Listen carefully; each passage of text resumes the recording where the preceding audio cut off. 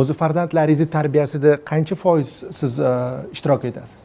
Endi bizda bilasiz-ku, razyezdimiz ko'p. Syomka, to'y xizmati, uyda iloji boricha ko'p bo'lishga harakat qilaman. Foizni hisoblasak 60 60% da tarbiyasida ishtirok etasiz. baribir-da, chunki Bu katta natija bugungi kunda. telefonda обязательно gapiraman, qayerda nima qilyapti. Menda masalan, meni ham o'zim farzandlarim bor.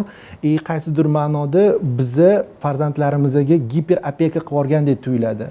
Yo'q, unaqa emas. Men bunchalik qilmayman. Bilaman shu narsani qilmaslik kerak deyman-da, lekin unaqa qilmayman. Voy, bunaqa ekan, pishsin. Misol uchun, mana bizni pishgan bolalar. Shunaqa deb Biz o'zimizni pishkom qayoqlarga borib kelardik, trolleybus, avtobus, tramvaylarda. Adashib ham qolmasdik, to'g'rimi? Adashib qolsak ham topib kelardik. Shunaqa. Lekin hozir o'zimizning farzandlarimizni общественный transportga chiqarmaymiz-da. Endi qizig'i bilasizmi nimaga? Hamma shunaqa bo'lib qolyapti-da. O'shanda uni siz ular bilan birga bo'lib qolasiz. Ajratsangiz, va bu g'alati ekan, jinnimi deb o'ylashadi-da. O'shaning uchun shunaqa temada yurgan yaxshi. Hamma bilan bir xil-da, ajralish kerak emas.